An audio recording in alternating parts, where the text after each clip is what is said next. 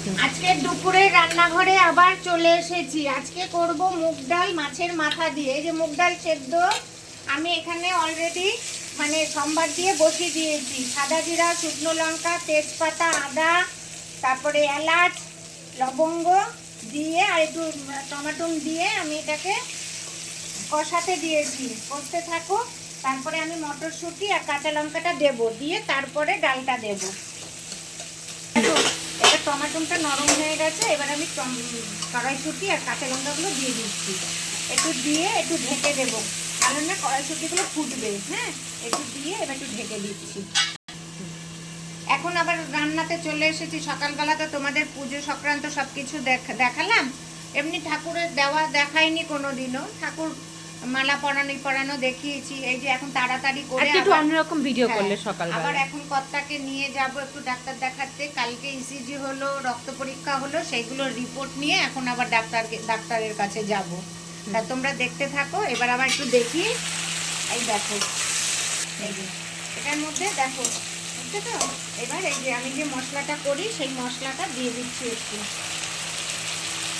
এক চামচের মতন বলে, এক চামচি। এটার এক চামচি মানে 4 চামচের এটার 1 চামচ হয়।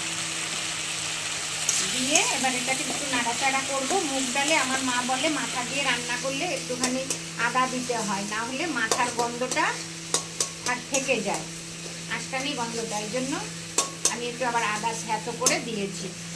দেখো, এই যে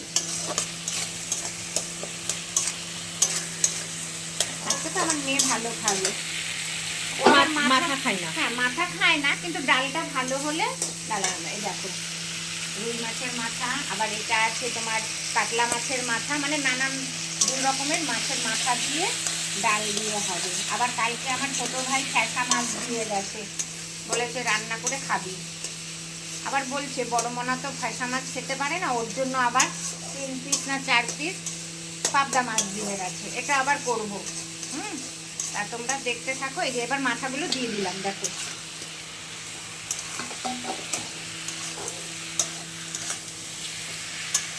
একটু নাড়াচাড়া করে দেখো বন্ধুরা, এবার ডালটা দিয়ে দিচ্ছি। আমি ডালের মধ্যে শুকনো লঙ্কা তেজপাতাটা উঠিয়ে রেখেছি, কেন এটা না ছেঁড়াছেড়ি হয়ে যায়, ওই জন্য আস্তে আস্তে করে দিয়ে দিচ্ছি ডাল।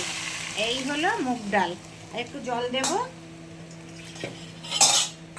এইসব জিনিস তো রোজ রোজ খাওয়া হয় না, তার জন্য আজকে।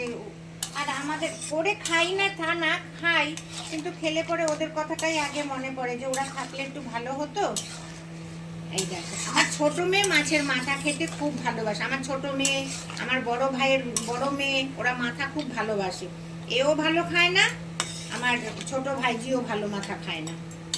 কিন্তু আমার ছোট ভাইয়ের ছেলে কিন্তু আবার শুটকি মাছ খুব ভালো খায় আমার হাতের, জানো না? বলে পিপি হেভি হয়েছে। আবার বলে পিপি হেভি হয়েছে। ওর মা তো গন্ধেই ধরে না, কি বলবো বলো? বাচ্চারা খেলে খাবে না বলো? বন্ধুরা, আমার কর্তা মেয়ে ডাল দেখে বলল হয়ে গেছে, ভালো হয়েছে। হ্যাঁ, তাহলে এবার নামানোর পালা। নামানোর আগে আমি একটু ঘি দিয়ে দিচ্ছি, এইটুকু দে। দাও। এই দেখো, ঘি দিয়ে দিলাম। একটু একটু ঘিটা দিলে ভালো লাগে।